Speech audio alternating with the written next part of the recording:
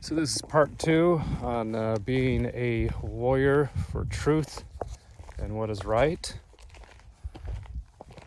You know, as I searched the internet for examples, there are so many examples of people that have conquered adversity and overcome things and stood for the right, stood for principles. But just to focus on one, I actually have 2 examples. But the first one's this Bodie Sanders. I don't know if you've heard of him. He's a martial artist. He has a black belt and then 5 additional degrees above that. So he's one disciplined guy and probably not a guy to take on if you want to fight. Anyway, he talks about what he thinks is a warrior, and I thought that was very interesting. Here's an excerpt from one of his books. The book is called The Way of Warriorhood. The Way of Warriorhood. So he says, warriors should exhibit the best qualities among men. The true warrior is able to hold his head high with honor because he knows he lives his life to the best of his ability with honor and integrity. I think that's an amazing code. Thank goodness he has a code like that. If you've got that kind of strength, discipline, and knowledge of martial artists, you could be dangerous. So thank goodness he's got a code of ethics, but it applies to all of us. You know, we don't want to live life having regrets. This is the best defense against having regrets. Live every moment of your life like the Lord would make those same decisions, speak the same way, think the same things, do the same things as what you're doing. So, you know, a true warrior takes up a purpose that's higher than himself, yet usually includes helping others where you can. And he never gives up. He never gives up on a purpose. A warrior speaks the truth. I talked about that in one of the other videos I did. You know, if you think about it, no matter how many times in the media, a teacher, a parent tells a lie, it's still going to be a lie. It doesn't matter how often it's repeated. A lie is a lie. You know, I can say, hey, this shirt is red. I can say it a million times. It's not going to change the fact that the truth is the truth. It stands alone, stands apart from anybody else's opinion. And we're still trying to figure out, you know, what is true and what is an illusion. Great song, by the way, from the Moody Blues.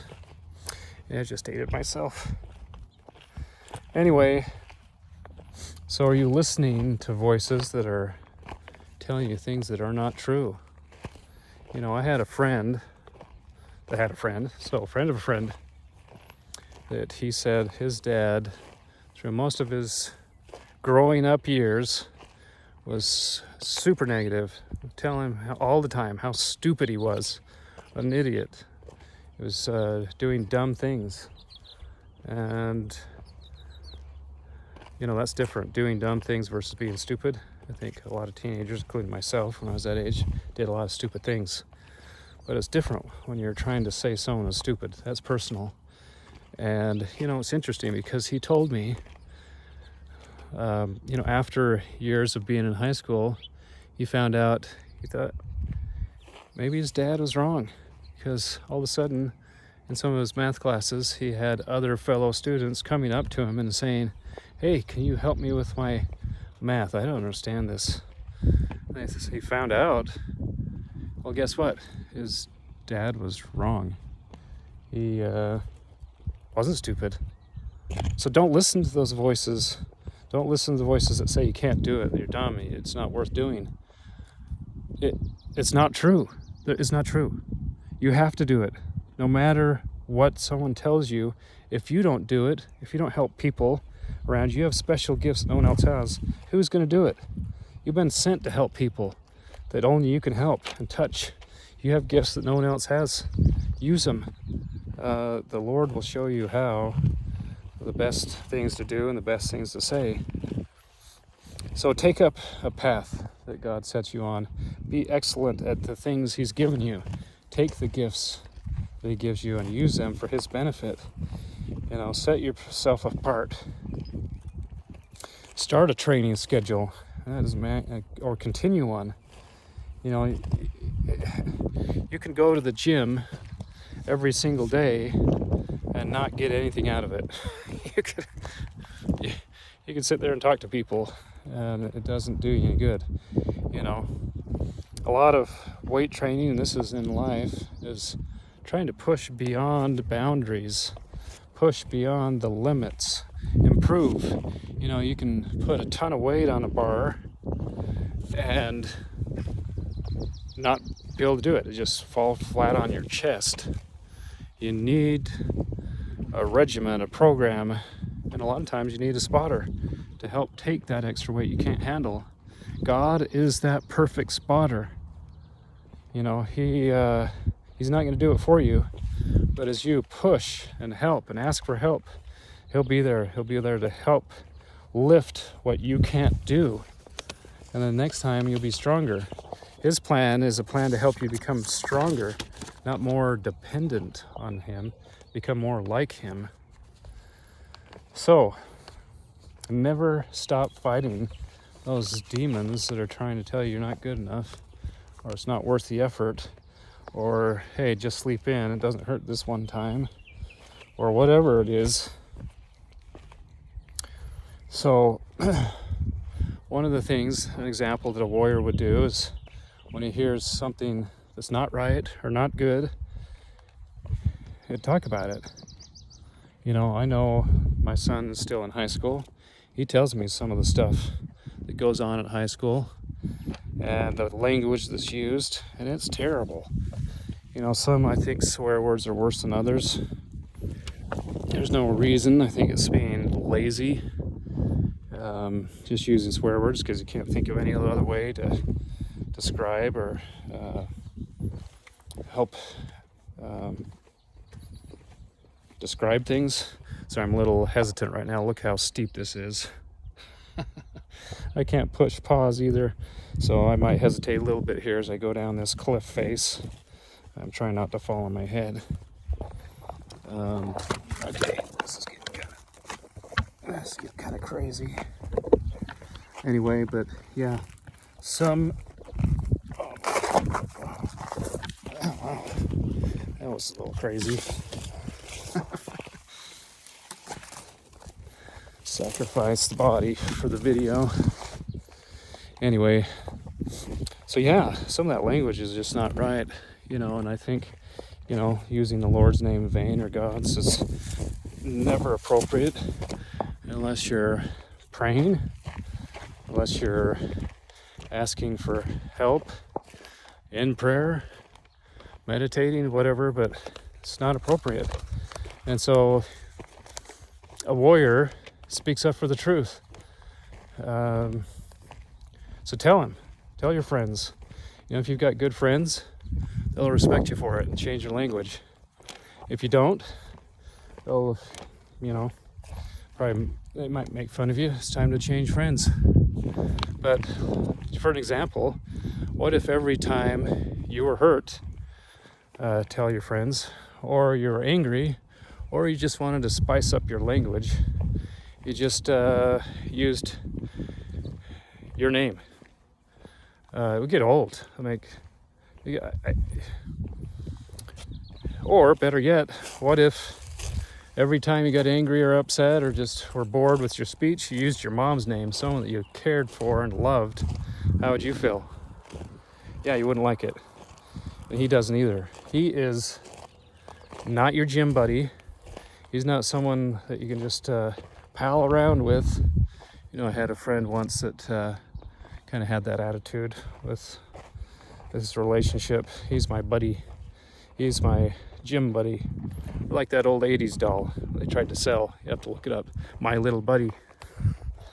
He is the creator of the heavens and the earth, of all the planets of the universe. He is Lord of Lords, King of Kings. He is better than anyone can ever imagine. And so you have to be careful the way you use his name, because it's not good karma to use his name inappropriately. So tell him how you feel. So that's one example, Odie Sanders, and another example of a warrior standing apart and saying things that are true is comes to us from Numbers in the Bible, Old Testament, Numbers chapter 14. And there was this is after the Israelites were delivered from bondage, and they were trying to take possession of the promised land of Canaan. And Joshua and Caleb were sent, 2 of the 12 tribes. There was one spy sent from each tribe to go spy out this promised land. And guess what happened? Yeah, 10 of them came back and said, there is no way in the world that we can conquer this land. We are like insects. We're like grasshoppers compared to these people and their might and their strength and their greatness. There's no way it can happen. I don't understand it. I mean, after everything that happened, all the miracles that it took to deliver them from bondage in Egypt, you know, the destroying angel and all the other plagues that passed them by.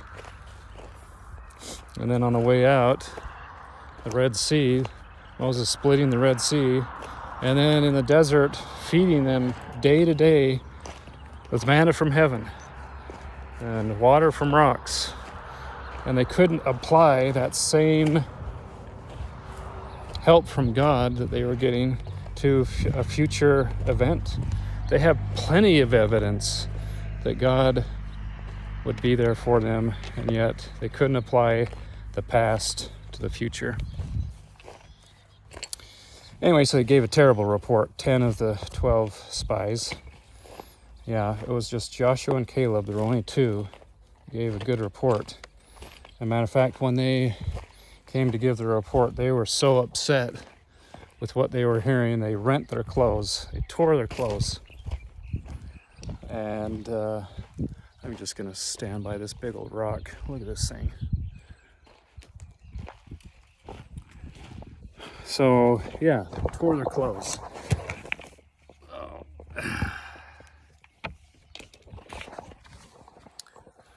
So this is in Numbers chapter 14, 6 through 10, and this is where their response in that after that background. And they spake unto the company of the children of Israel, saying, the land which we passed through to search it is an exceedingly good land. If the Lord delight in us, then he will bring us into this land, and give it us, a land which floweth with milk and honey. Only rebel not ye against the Lord, neither fear ye the Lord in the land, for they are bread for us. Their defense is departed from them, and the Lord is with us. Fear them not. But all the congregation bade stone them with stones. So after they gave their little speech, it said, hey, this can be done. This is not, I mean, God is on our side. Who can conquer God? I mean, after they gave their speech, the other people picked up stones to stone them. I guess they were scared to death. They wanted to silence these 2 so that they wouldn't have to do what they needed to do, or should do. God commanded them to do. So they were willing to stand for the truth, even if it cost them their lives. So raise your head. You are on a winning team. Be a warrior for Christ. He will not be defeated. He is the one and only victor. He will make this his kingdom again. Do you want to stand in a place in his kingdom? Then you have to walk the same road that he walked. Be the same kind of person that he was. He stood for the truth. He defended the weak, the elderly, the children. Show him your value. Never stop fighting for him. Be a warrior. And sometimes you just need a friend to remind you why you started the journey. and the goal is worth it. Keep going on the road. It's probably longer and harder, you know, but you can become, and you are a warrior for the Lord. You can do it.